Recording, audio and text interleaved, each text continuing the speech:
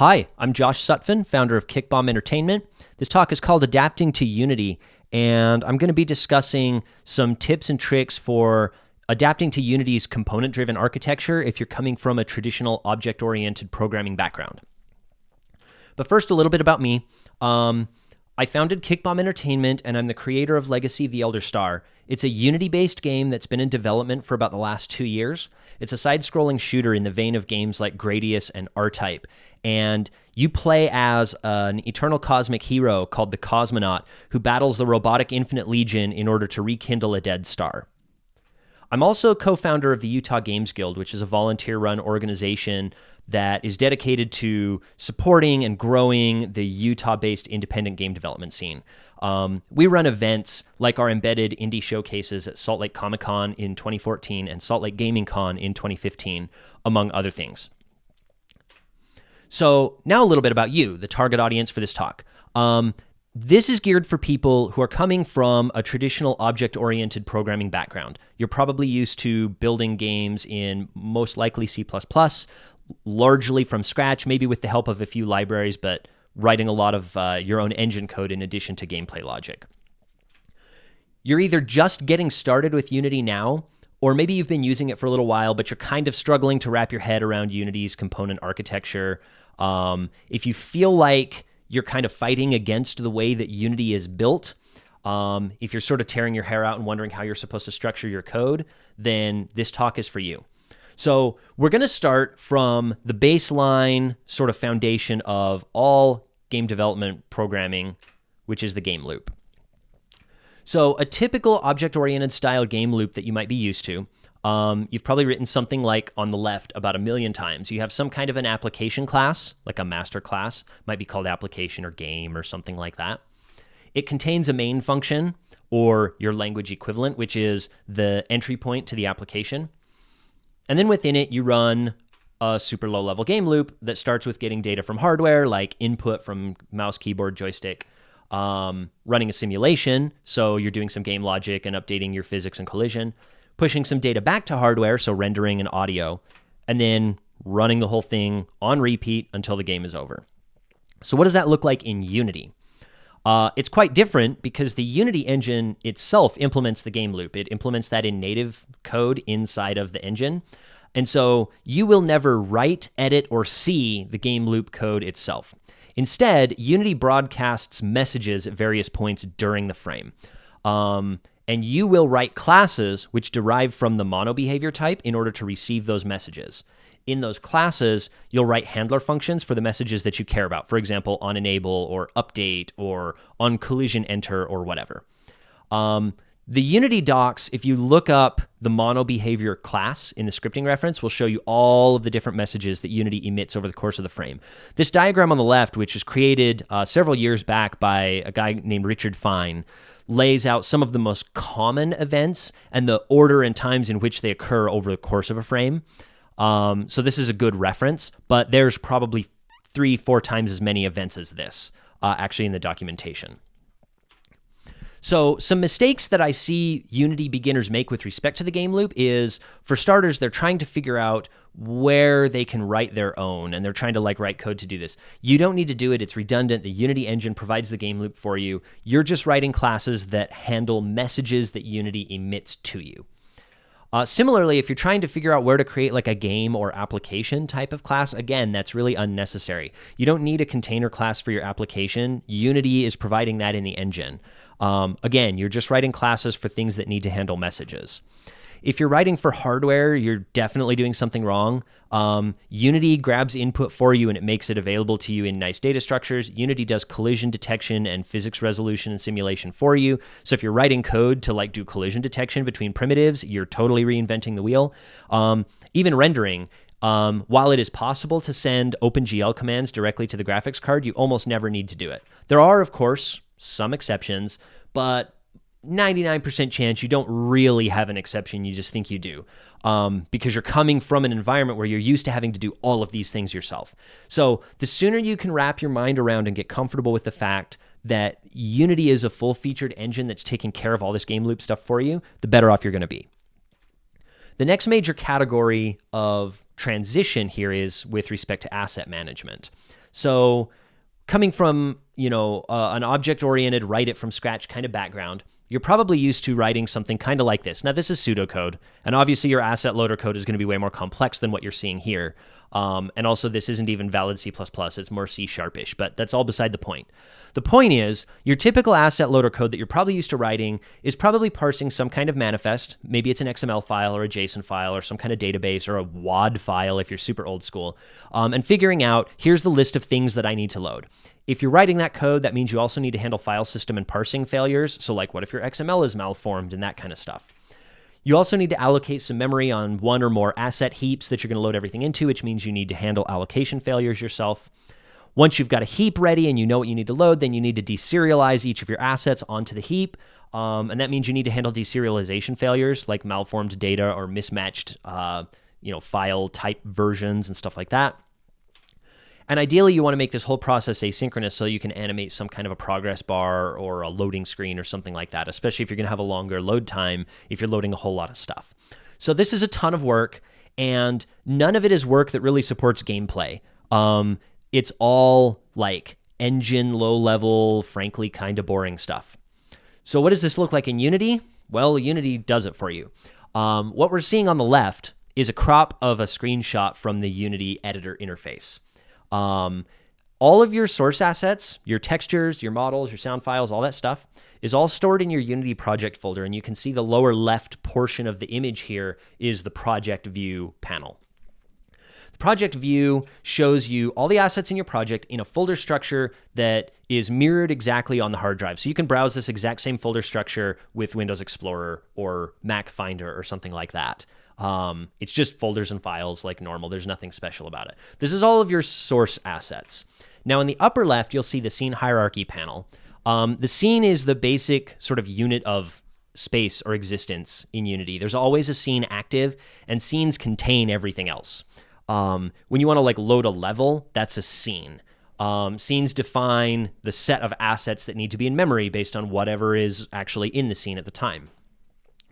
It's showing the objects that are instantiated in the scene, and the big column that takes up the whole right side of the image is the inspector, which shows the configuration of one of those objects that we have selected here. The configuration includes asset bindings. So if you look at the green double-ended arrow, the top right end of the arrow is pointing to a field on an object in the scene, and the value of that field is a reference to an asset in the project view, which is at the lower left end of the arrow. So that arrow is showing you where an asset in the project is being bound to an instance of an object in the scene. Unity, when you build your game or when you hit play in the editor, is going to look at all the objects in the scene and figure out all of the assets that are being referenced in this way and what assets those are referencing and so on. And it's going to build a dependency graph of every single asset from the project that needs to be in memory in order for this scene to run. And when you export your project to make like a standalone build, Unity is going to take that dependency graph and lay out all of those assets linearly on disk so that you get a super fast, efficient load time when you load that scene. This is really, really nice functionality, and it means you don't have to worry about writing any code to load assets whatsoever. It's all taken care of for you. So mistakes that I see newbies make with respect to asset loading is that they do try to write code to load all their assets. And, I get it. If you're coming from an object-oriented background, you probably learned how to do that 15 years ago, and you've been making games for all that time, and in every one of those projects, you've had to write asset loading code, and it just feels like it's a natural part of the process that you have to do. Unity takes care of it for you, so you just kind of have to trust it. The sooner you can wrap your head around that and realize and embrace that you don't have to write this code, the better off you're going to be. Now, the place where people really get hung up is the resources class. So if you start looking through the Unity API documentation, you're going to find documentation on this class called resources. And you're going to look at it and you're going to think, but this looks like an asset loader class. And that's because that's exactly what it is. And where people get confused is that they're used to having to write asset loading code, and they see a class that provides those very services. And so they sort of connect those dots and assume that, oh, this is how it's supposed to work. And it's not, and it's kind of counterintuitive.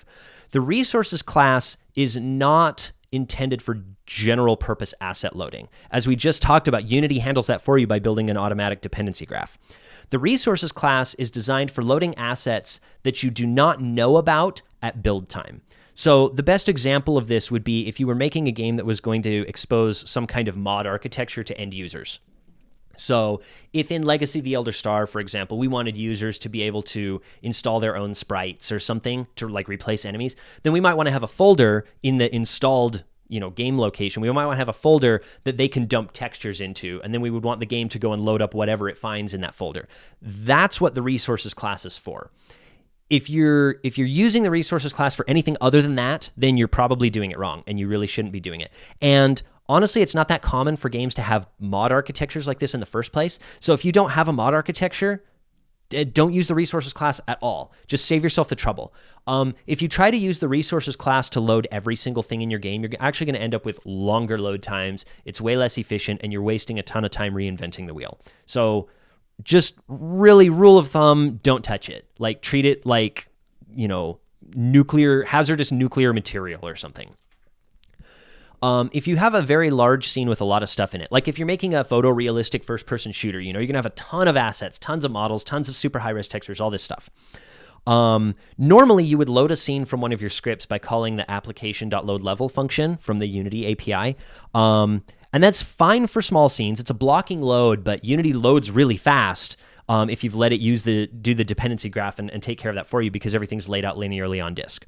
But if you have a big enough level that you're starting to notice the hitch, you can call load level async instead, and Unity will load asynchronously in the background for you. You don't have to write async functionality. So you can just then throw up a nice animated load screen or something and wait for a callback. So that's just a good thing to be aware of. Now we come to the real meat of transitioning from object-oriented thinking to component-driven thinking, and that's class design. So let's assume that we have two classes. We'll just start with a really simple example here. We've defined a fighter, and we've defined a turret, and you can see their code on the left, sort of a basic representation, and you can see their inheritance hierarchy over on the right. So design-wise, let's say that our fighter, it's a little ship. It can fly around the screen, and it fires like a machine gun type weapon.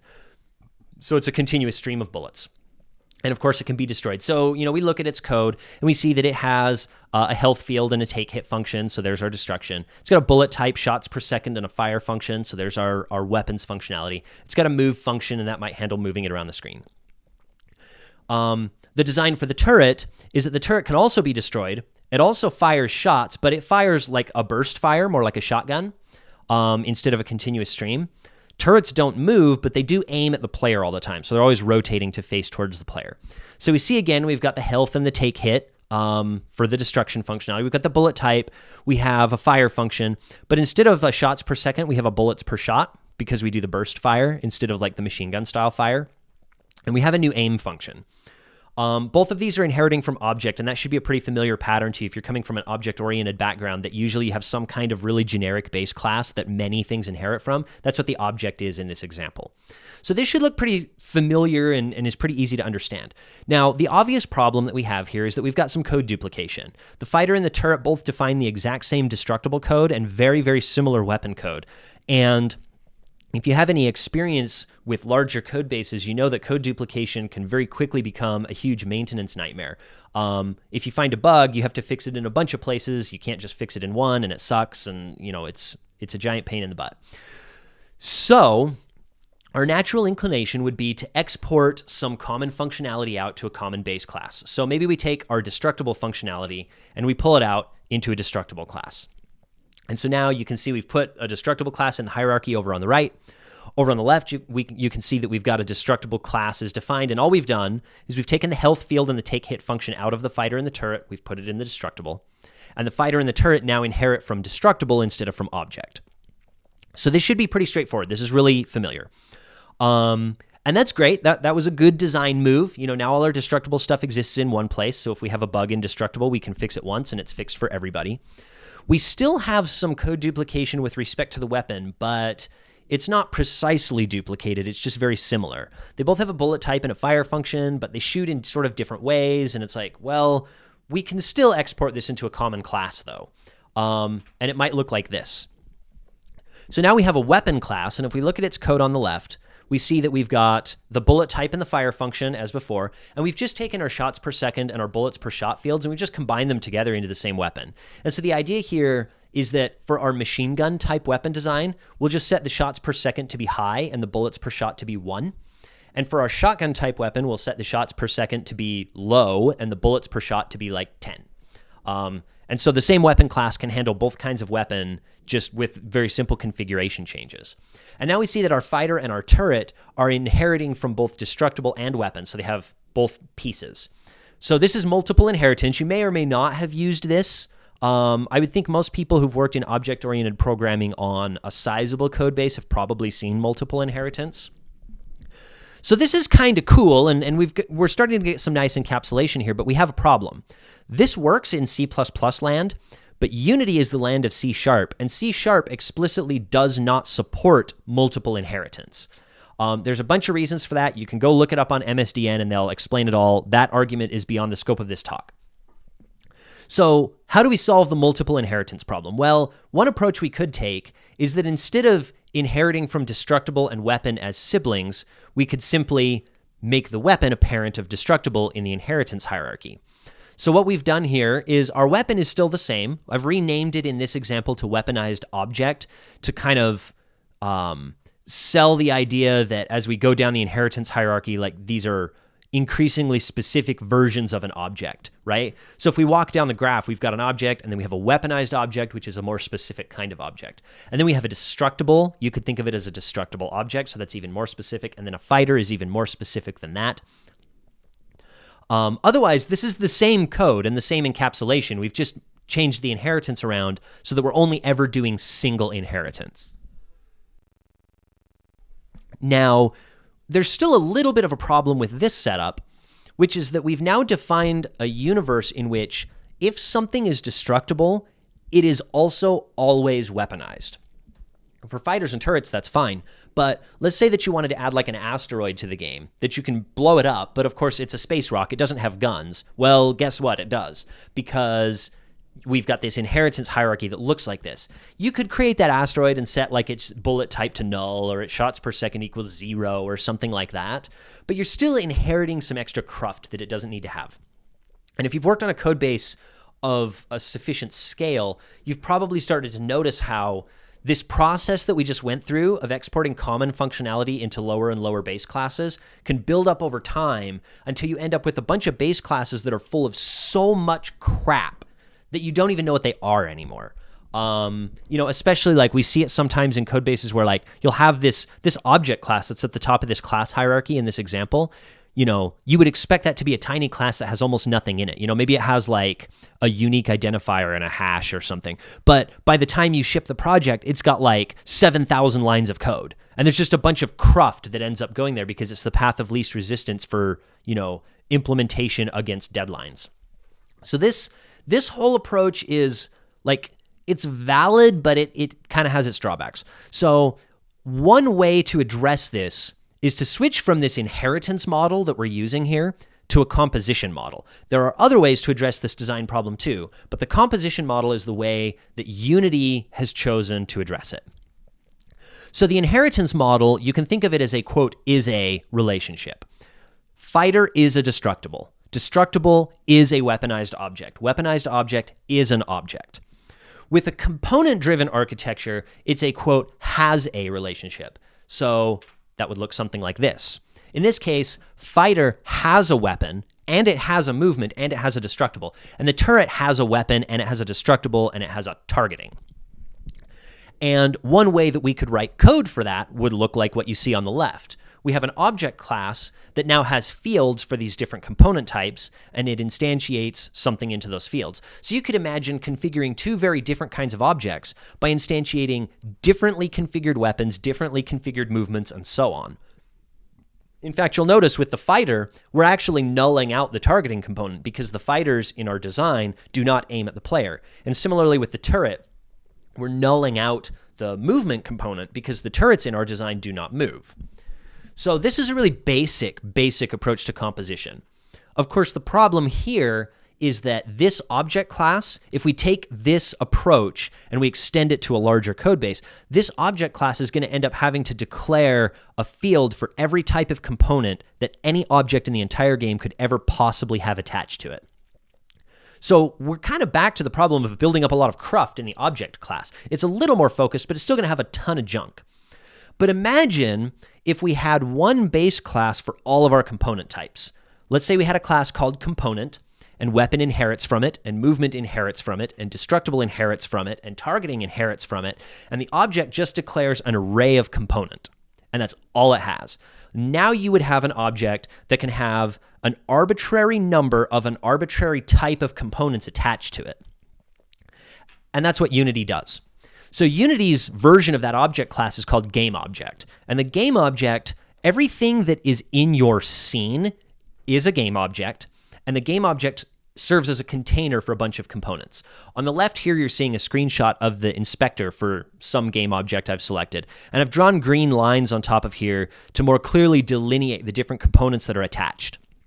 So from top to bottom, we have a transform component, an actor component, a team component, a rigid body component, a path movement component, and an off-screen indicator target component. Every one of those components inherits from the component class. Together, they define the behavior of this GameObject. You'll never see the code that implements the GameObject class itself because that's defined in the Unity engine in native C++. But your C# code can instantiate and destroy GameObjects, and it can add components to and remove components from GameObjects. Unity defines a bunch of native components, like transform, which gives you a position, a rotation, and scale in the world. Collider, which gives you a collision primitive, like a box or a sphere or a capsule, and will emit collision messages when two colliders touch each other. Renderer, which allows you to draw a mesh with the material on the screen. And there are some others. The rigid body I mentioned is one, and it handles rigid body physics. You can also write your own components that derive from monobehavior, and this is what the inheritance diagram looks like for that. So in native code in Unity, there is an object, there is a component, there's a behavior, and then there's monobehavior. And then your classes in C# inherit from monobehavior and on down the chain if you want to do further inheritance, which you either can or cannot, and it's up to you and how you want to design your stuff. By virtue of inheriting from monobehavior, your class will receive the messages from the game loop, and can implement those message handlers. So this is where we need to start talking about cross-communication and the way that your different components can communicate with one another. Because, for example, our fighter can move and shoot, but maybe we want to set it up in a way that it moves to a waypoint and stops, and then pulls the trigger, and then releases the trigger, and then moves to the next waypoint and goes through this loop. So in that case, the movement component sort of needs a way to tell the weapon component that it's okay to fire, and the fire component needs a way to tell the movement component that it's done firing, and so forth. So there's a couple of different ways that you can set that up in Unity. The first is with the Unity messaging system. So this should look familiar from earlier in the talk when we were talking about the game loop.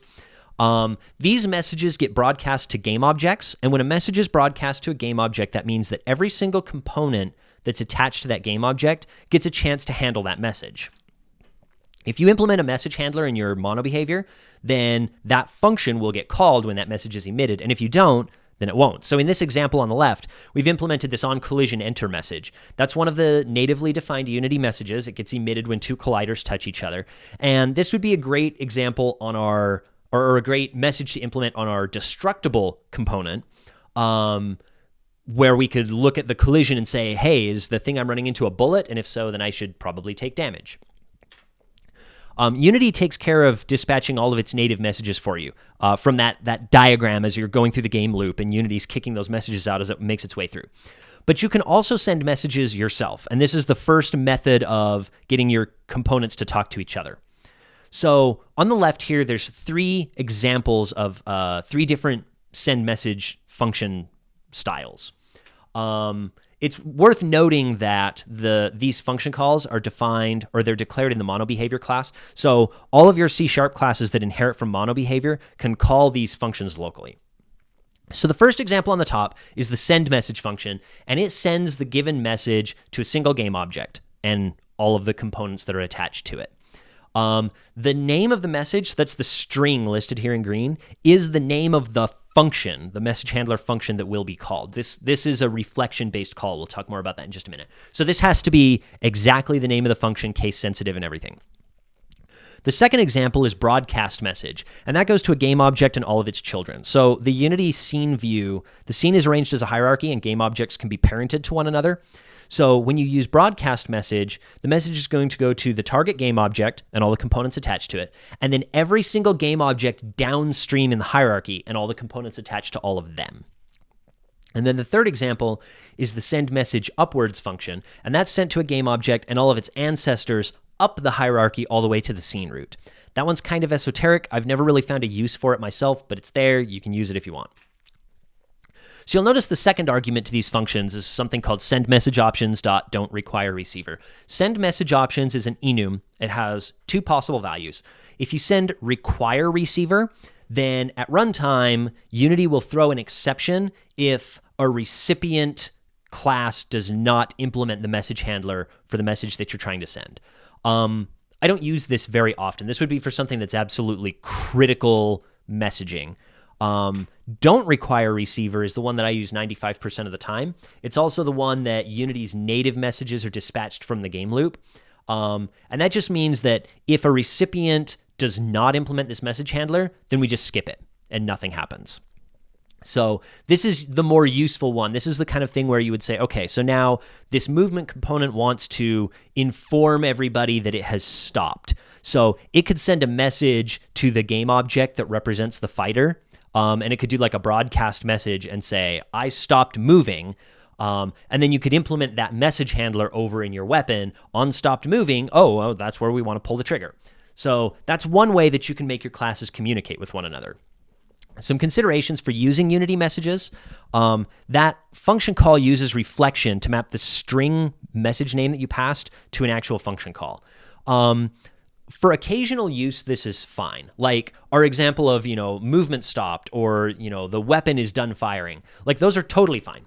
But you would not want to do these kind of message broadcasts in inner loop code where they're going to get called thousands of times in a frame. You're definitely going to see a performance decrease in that case.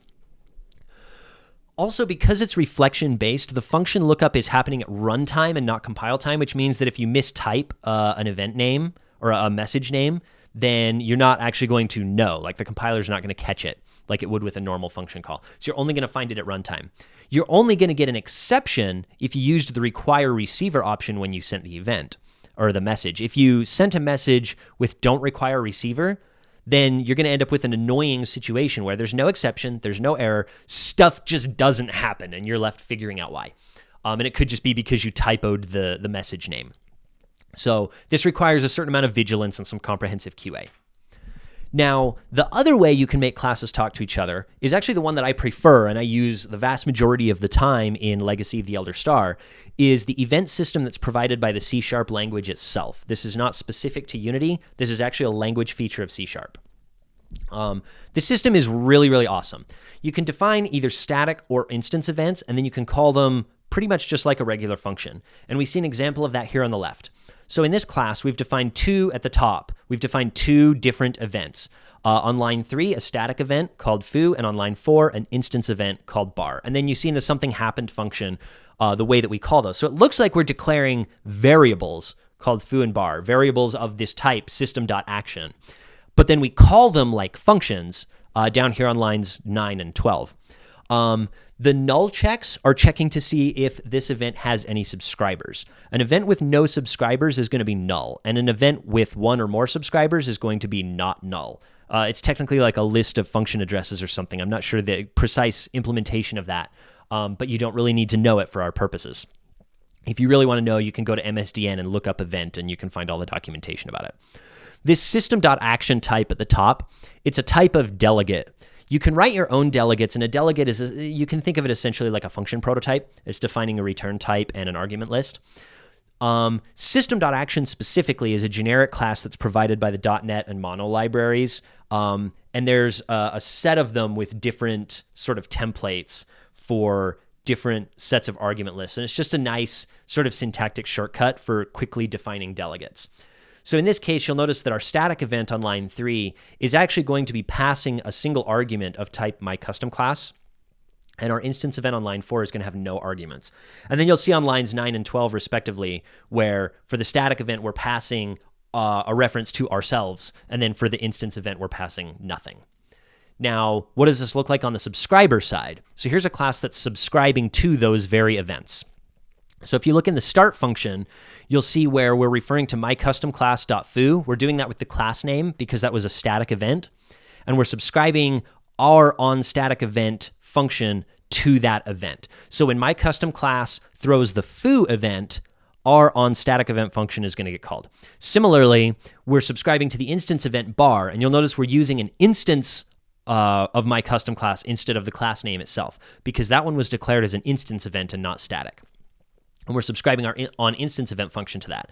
So when myCustomClass, when that specific instance of myCustomClass throws the bar event, our onInstanceEvent function is going to get called. So the plus equals notation in the start function there is the way that you would subscribe a function to an event. I don't have an example of it here, but you can use minus equals to unsubscribe a function from an event. And it's actually really important that you do that, and we'll talk about that in just a second. So like I said before, system.action is a predefined delegate, and a delegate's basically a function prototype. If you look up on MSDN and you search for delegate and event, you can find a lot more information about this system. But for our purposes and for basic component communication, you pretty much know everything you need to know about using events right now. So some considerations for this event system. Static events are awesome for notifying about systemic things. Like if you wanted to know every single time any bullet hits something, you would subscribe to a bullet's static on hit event. And that way, by subscribing at the type level but with a static event, then it doesn't matter which instance of the bullet class raises the event, you're going to hear about it. Instance events are good for notifying about one specific target. Like if you want to know every time my gun reloads, not your gun or his gun or this gun or that gun, but my gun specifically. And that way, only when your own gun instance raises the event, only then will you hear about it. So there are cases for both of these. And throughout Legacy of the Elder Star, I've actually sort of adopted a pattern of defining both static and instance versions of events. So like when a bullet hits something, it fires a static version of the event and an instance version of the event. And some things subscribe to one and some things subscribe to the other, just based on the scope that they want to know about these events. You do need to watch out for accidental multiple subscription. So a common pattern in Legacy of the Elder Star, and I would imagine a common pattern in general in Unity-based applications of this event system, is that you're going to use the onEnable and onDisable message handlers in your mono behaviors to subscribe and unsubscribe. So when a mono behavior is enabled, like our weapon is enabled, for example, we might want to subscribe to some events, so that we know like, oh, the stopped moving event, so that I know that I want to pull the trigger. But you need to make sure that you unsubscribe from it when the behavior is disabled. If you don't, then you assume a weapon that's enabled and disabled repeatedly over the course of gameplay, and it's only ever subscribing, it's actually going to build up multiple subscriptions to the event. So if it's been enabled 6 times, then it's going to be subscribed to the event 6 times. And that means that when the event is called, the function handler you've subscribed is going to get called 6 times in a row. And you can get some pretty weird bugs out of this. The best practice and sort of good habit to get into is just writing the unsubscribe at the same time you write the subscribe. It's kind of like when you're writing memory allocations, or something like that, how, you'll write the allocation here, and then at the same time, you want to be in the habit of writing where the free is going to happen. It's sort of a similar concept. And then the last thing about the C# event system is it can sometimes be a little tricky to debug if you're not sort of careful and vigilant about the way you're writing it in the first place. If you set a breakpoint inside of an event handler, you will get a valid call stack, but the call stack is going to trace back to the place where the event was called. It's not going to trace back to the place where this particular handler function was subscribed, because that happened some arbitrary time ago. That didn't happen in this frame, probably. So you can end up in situations where an event handler is getting called because it's subscribed, but you don't know why it's subscribed. That's a tricky situation to debug. So this kind of goes back to the previous point about writing the subscribe and unsubscribe at the same time. If you get in a good habit of that, you'll usually be able to avoid this type of debugging situation, and you won't really have any serious problems. But it's definitely a thing to be aware of. Okay, so we've talked through the game loop. We've talked through asset management. We've talked through adapting your class design from an object-oriented to a component-driven sort of approach. And we've talked about how to make your components talk to each other. That's all been sort of academic and theoretical up to this point. So let's look at a couple of real-world examples from Legacy of the Elder Star. So for starters, here's a simple enemy behavior. And you'll have to forgive the color banding. This is actually an animated GIF. This enemy, this little drone that's coming in from the right, he is flying along a path. It's actually a spline, and it's invisible because we're in gameplay, but you'll be able to see it in the editor. And so he flies into a waypoint. He stops. He plays an animation, fires a quick burst of his weapon, plays another animation, and then resumes moving to his next waypoint, which takes him off screen. So here's what this looks like in the editor. You can see the red line that's the path that the drone is following in the scene view there. You can see over on the right, we've selected the drone's game object in the hierarchy view, and we're looking at his inspector. So we're going to zoom in on that a little bit. So in the hierarchy on the left, we've selected this light gunner drone. So the light gunner drone is a game object. That game object has some components on it, and on the right, we're looking at the inspector, and I've delineated the components in green.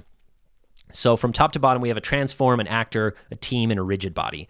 You'll notice on the left, we also have other game objects parented. We've got a child destructible, and then parented to that, we've got a child animation controller, light drone, skeleton data, and a weapon. Each of those game objects also has their own components. The reason that we create little sub-hierarchies like this in Legacy of the Elder Star is partially for functionality. Like when a destructible loses all of its health and is destroyed, it disables itself. And so by parenting things to it that are dependent on it being alive, we automatically get those disabled for free as well. So the skeleton data, which is its visual, the weapon, you want those things to go away when the destructible is blown up. The other reason that we do sub-hierarchies like this is just for organization. You can technically put like loads and loads of components on one game object and get all the functionality, but at a certain number of components, it just becomes unwieldy and you've got a giant scrolling list of pain and suffering over in the inspector. So it's nice to kind of break it out and have a little bit of a structure. So here's the actor component on our light drone game object. You'll notice when you look at the class definition on line 10, the actor is a mono behavior. That means that it's going to receive events, Unity's native events sent to it from the game loop, and that we're going to be able to handle those events. Now, we'll look at an example of that in just a moment, but really quickly I want to call out, you'll notice that there are a lot of public fields declared here. If you're coming from a traditional object-oriented programming background, you're probably like freaking out right now because this is horrible practice, right? Like you've always been taught to make as many things as possible are either private or protected, and that you use like accessor functions and stuff like that instead of just having public variables. So why does this look this way? Well, I agree with you that it's bad practice. It's actually a little quirk of Unity's design that has been sort of a controversial thing over the years, which is that by default, public fields are automatically serialized into the inspector. So note the public fields here. We've got a score value and a pickup fountain and an auto destroy. If I go back to the previous slide and you look at the actor section of the inspector, you'll note there's a score value field and a pickup fountain field and so forth. Those are the public fields in the script. We don't have to do any special work to get them to appear in the inspector other than by making them public. So that's a default Unity design decision, and that's how I learned to use Unity, and so everything was public, and I just sort of established a policy of like, don't go around stomping other classes' public variables, even though you technically can, but it's crappy, right? I just recently learned that there's actually a better way to do this, that Unity doesn't really like put in front of your face. Like you kind of have to go dig for it. There is an attribute. So if you look down on line 38, you can see we've got this hidden attribute. That's not the one we want to use, but that's what an attribute looks like if you're not familiar with them. Is it's a type enclosed in sort of square brackets. Attributes are kind of ways that you can like decorate a field, or you can see on lines 8 and 9, we have attributes decorating the class. There's an attribute called serialize field. And if you put that attribute on a field, that field will be serialized and editable in the inspector, regardless of whether it's public, private, protected, whatever. Which means that what I could actually do here, and I learned about this very recently and I haven't updated my code yet, but I need to, is take all this stuff that's public and turn it private or protected, but stick the serialized field attribute on it. And that way everybody stays editable here in the inspector, but we preserve encapsulation in a more object-oriented, nice way that we're supposed to. And we we get rid of the possibility of other classes coming in and stomping our public variable. So that's just an important note on the public thing. Okay, so we established that our actor is a mono behavior. That makes it a component. If we scroll down in actor a little ways, actor defines this function called onDestructDisabled. OnDestructDisabled is an event that is being sent to us by the destructible class, which we'll look at in just a moment. So the function of the actor class is basically to be sort of a container for destructibles. The idea was that we wanted to be able to have enemies in the game that have multiple destructible parts. And when all of the destructible parts are destroyed, then the enemy overall is destroyed. So the actor is that sort of the root of that setup. So onDestructDisabled is telling us that one of our child destructibles went away. We do spawn some effects and different things when we die, but mainly we're checking, do we have any destructibles left alive, or was that the last one? And if it was, I need to blow up. And then because I'm an actor and I died, I'm going to spawn effects and pickups and all that kind of stuff. Okay. There are more components on the light gunner drone game object than I was able to fit in one zoomed in screen. So here's some more of them. There's also a path movement, an off-screen indicator target, and a recycler info. We're going to look very briefly at the path movement component. The other ones we're just going to ignore for right now because they're not really that important. I mean, they're important to the game, but they're not important to the purpose of the talk. So just as a quick refresher on how the movement works. So path movement is the component that's governing how this guy moves through the scene. So you remember you saw that red line path and he's following it from waypoint to waypoint. So the path movement class, you'll notice on line 6, it is a movement. Movement is a mono behavior. So movement is just a base class for a bunch of different kinds of more specific movement setups. If we scroll down in path movement, we have a function called calculate movement. This is not an event handler. This is actually just a regular function. In this function, we do all of the math to follow a spline over time. If we look in the movement class, which is the base class of path movement, movement class has a fixed update function. Fixed update is a native Unity event. This is getting called by Unity from the game loop on a fixed time step. And you'll see we've got a call to calculate movement here. Calculate movement's a virtual function that we were just looking at. So what's happening is movement is taking care of sort of wrapping up all the context for how movement basically works. You'll notice that we're getting a new position and rotation back from the calculate movement function. We're applying it. We're taking care of some common stuff, like every type of movement can vacate, which means leave the screen immediately. But the calculate movement function itself, we're letting more specific subclasses define how that works. So the path movement's version of that function follows a spline.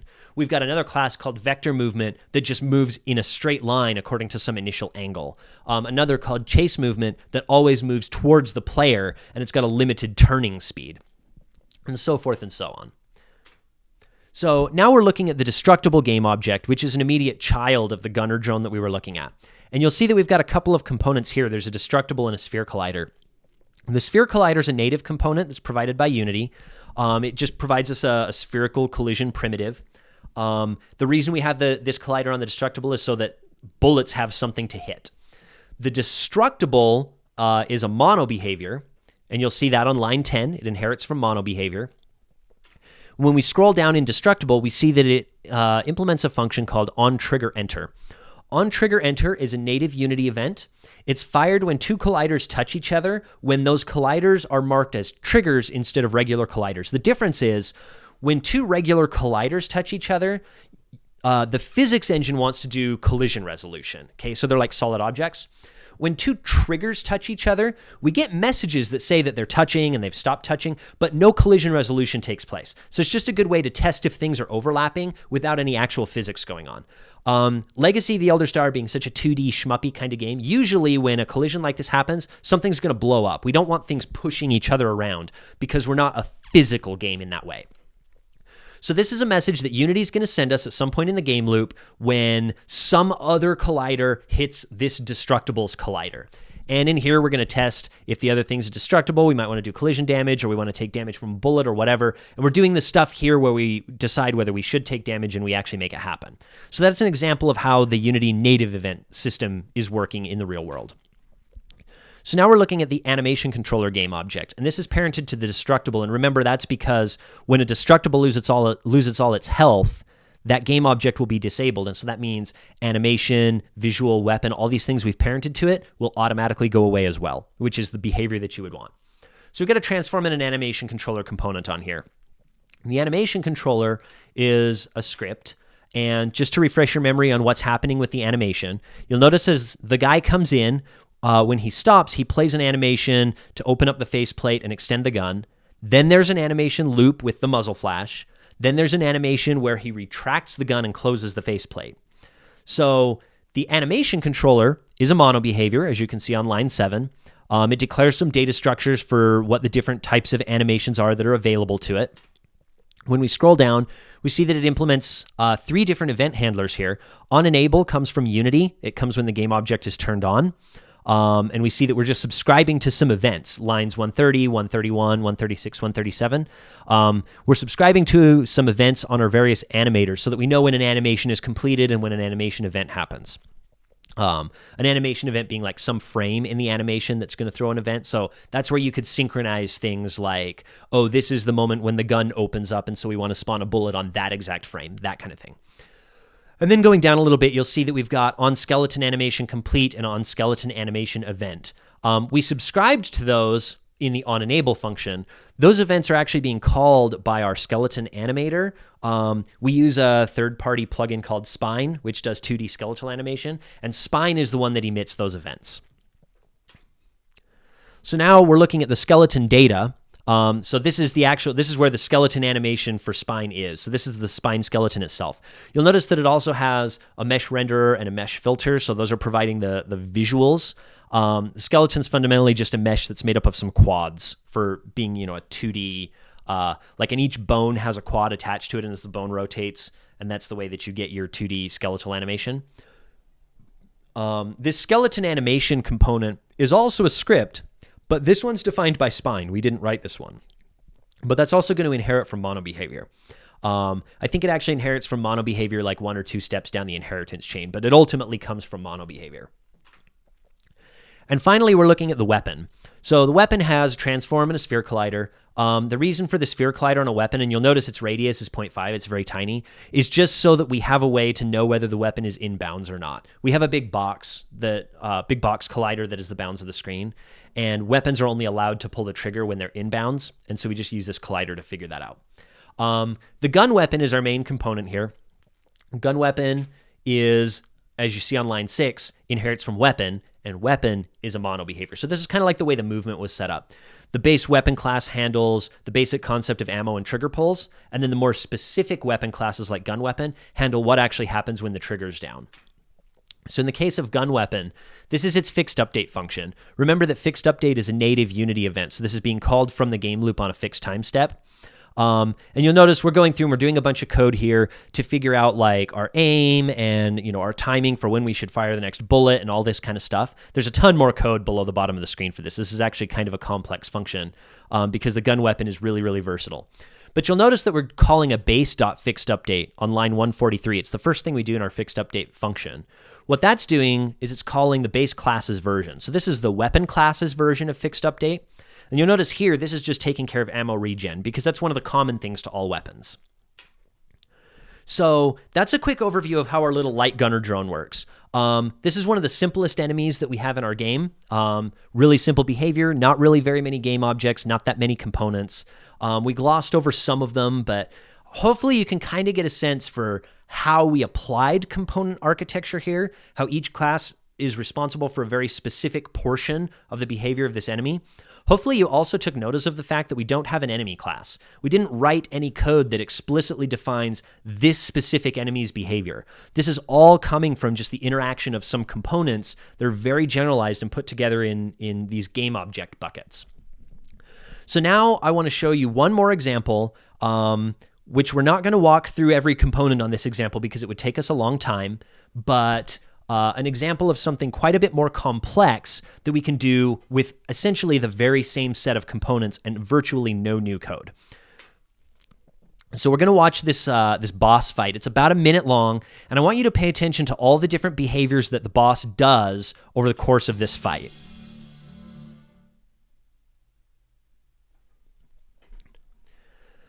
So here comes the boss, and he's firing a certain weapon.